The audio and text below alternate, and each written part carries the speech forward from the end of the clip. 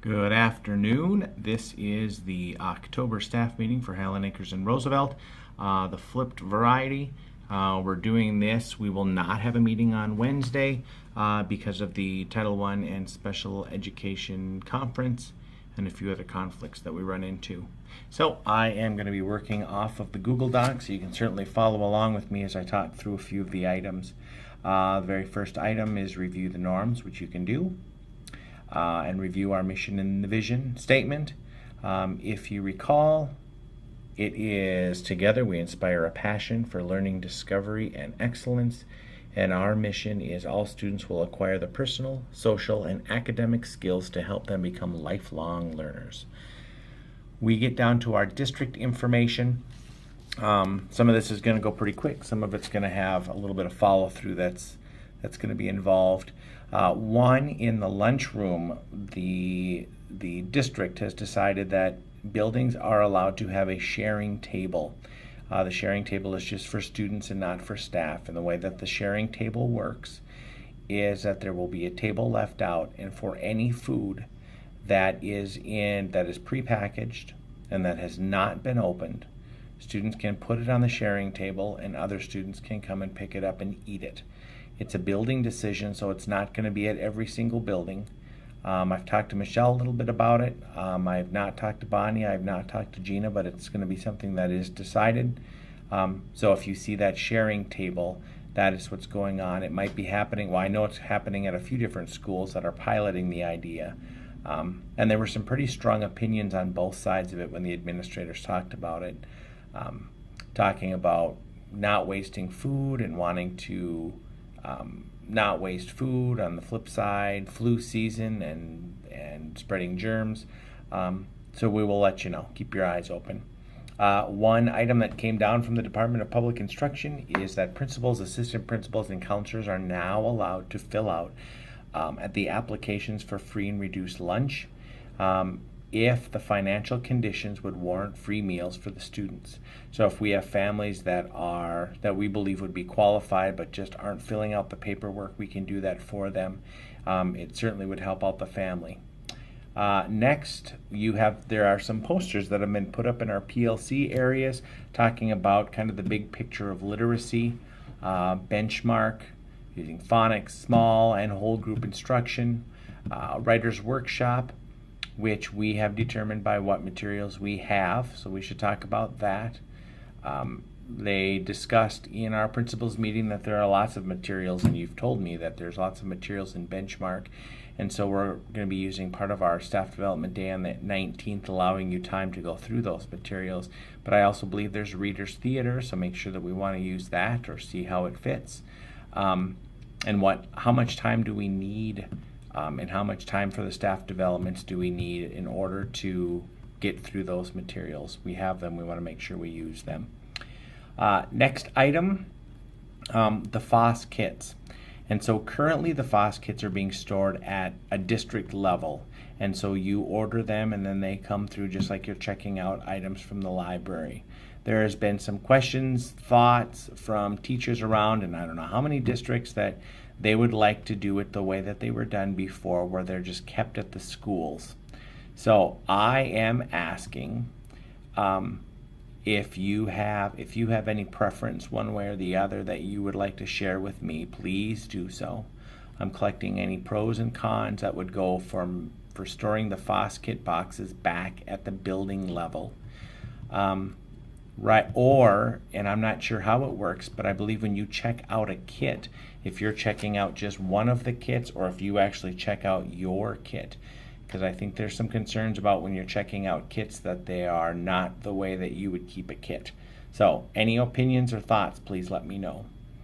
October 19th is our staff development day. The morning is going to be in the building. I'm going to do the tracker later today, and you'll be getting a link for that later this week. The afternoon is going to be the district day at Legacy High School. Our morning in the building is going to be time for you to use. Deanna and I spoke briefly, and I don't have my notes right in front of me, but it has you'll have time to do some PBL planning and some work on Benchmark and unpacking some materials, and then we can discuss a little bit more about what else might be in that morning. The afternoon is we're going to be listening to a speaker, Rick Wamley, who I heard a few years ago, and he is entertaining. Next item on the district is we are going to be receiving some very specific bus training, including the rules of riding on the bus.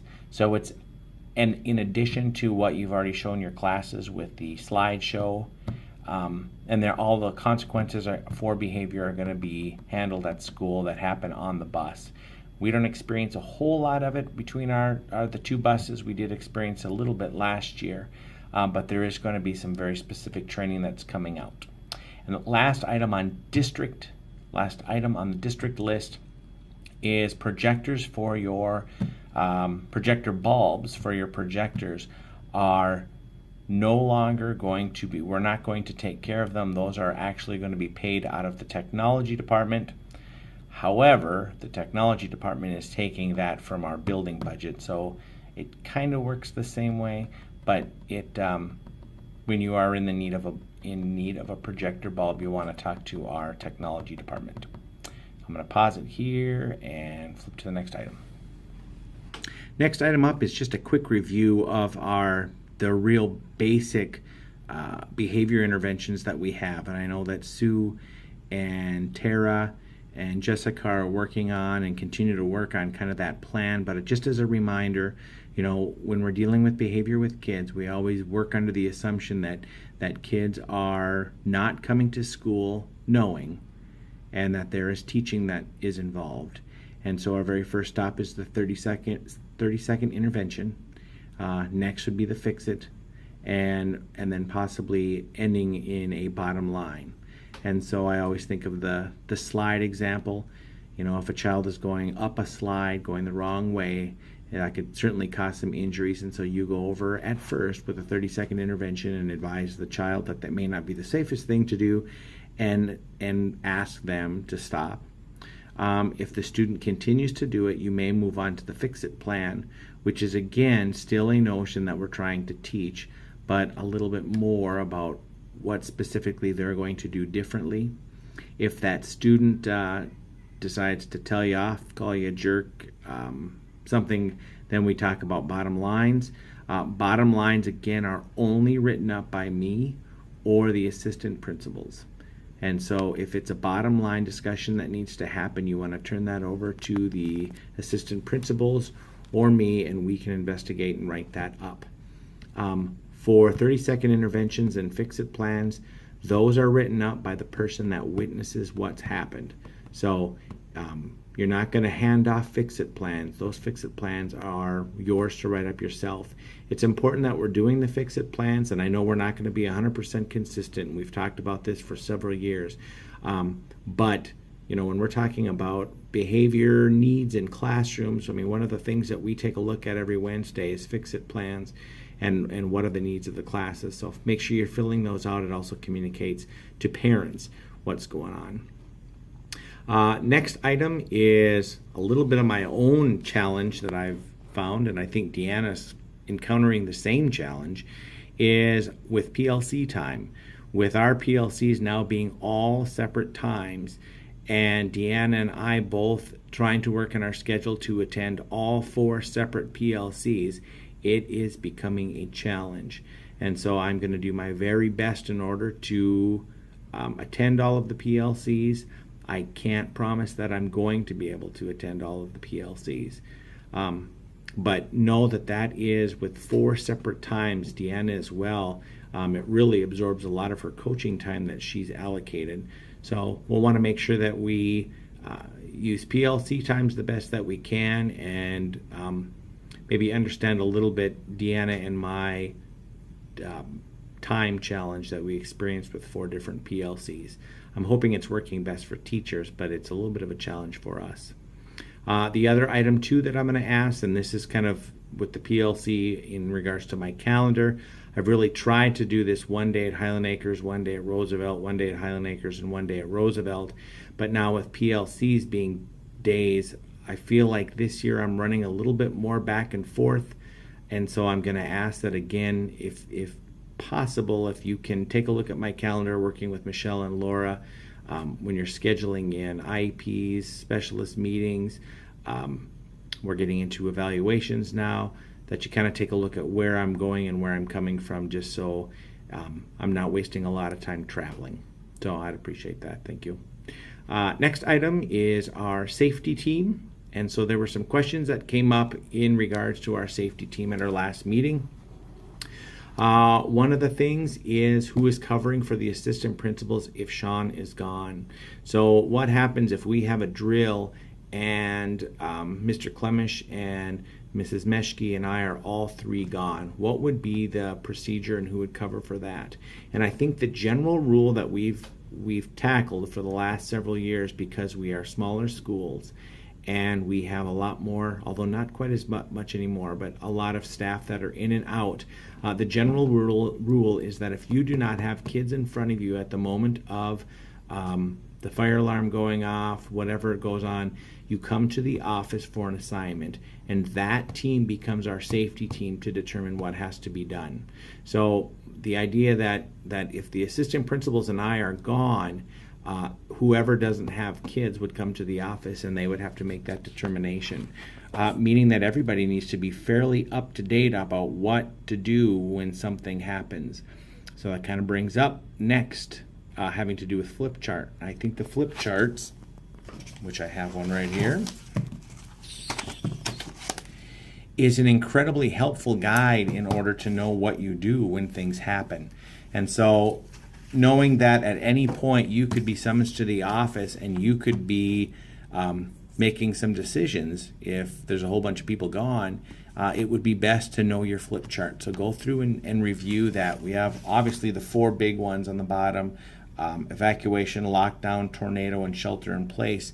But we've experienced a little bit of missing child stuff after school, and of course, now that we're getting up to fall and possibly winter, some blizzard things. So review that flip chart, and then also make sure that you have a bomb chart, which I think mine fell, but making sure that you have one of those bomb cards by every phone in. And I think the safety team has gone around and done a pretty good job of making sure that has happened, as well as making sure that your safety buckets are updated with current rosters in case we are evacuated, having to go to one of our safe sites, that when you pull out that roster, it's the updated version, so we have numbers and names. And then the last thing is always the question about when do we use the red and the green cards. And it's gone back and forth a little bit. And so this is a reminder, at least in my head, is that we use the cards when we go outside for a fire drill, when that has to be the quick scan to determine if there are kids that are missing that we need to go and find. If we're in a shelter in place or a lockdown, we don't want to use the cards, because that would give anybody that's possibly wandering the building an indication that somebody's in there. So you don't use your flip cards until there's been an all clear sign. So again, when you go outside, use the cards because it's a quick scan and we know if there's anybody missing. But the rest of it, don't use the cards until you hear the clear sign. Okay, this might possibly be the last segment. We'll see how it goes. PTO and PAC update. Just two things that I wanted to share. One, we did confirm all of the meals for parent-teacher conferences. So both schools on November 1st and November 3rd, 1st and 3rd, PTO and PAC will be providing supper, so you know that that's covered. And then the second thing, dates for November have been changed because they overlapped with parent-teacher conferences. So at Roosevelt, there will not be a meeting. And the Highland Acres, that meeting has been changed to November 15th, so they just backed it up a couple weeks. So now, no November meeting at Roosevelt, and the 15th at Highland Acres. Next is our school improvement team, and the school improvement team did some time looking at all of the surveys that were collected. So we had surveys we did the self-assessment as a school improvement team. We did staff surveys, we did parent surveys, we did student surveys. And so all of those survey results came back, and the team took a look and had some observations. And the first observation, we're wondering if we are comparing apples to oranges, wondering if those questions are lining up.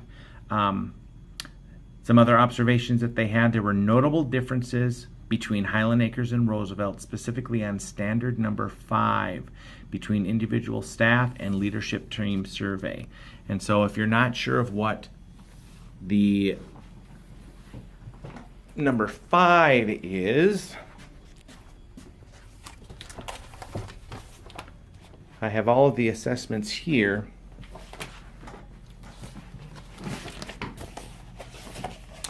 And so standard number 5 is using results for continuous improvement. So I'm going to see if I can flip this around. So this is an example of the 5 standards that we're dealing with. Standard number 1 is purpose and direction. Standard 2 is governance and leadership. Teaching and assessing is number 3. 4 is resources and support systems, and number 5, using results for continuous improvements. So this is the report that was our self-assessment.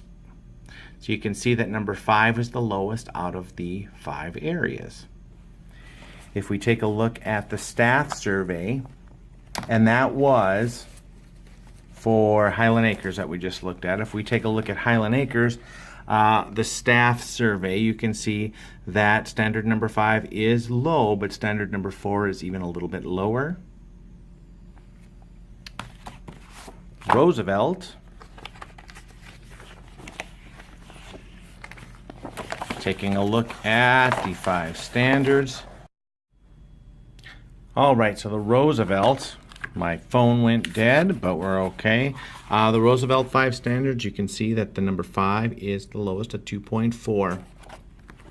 But the staff survey for Roosevelt shows that number 5 is actually the highest, and the need that they recognize is in standard 3.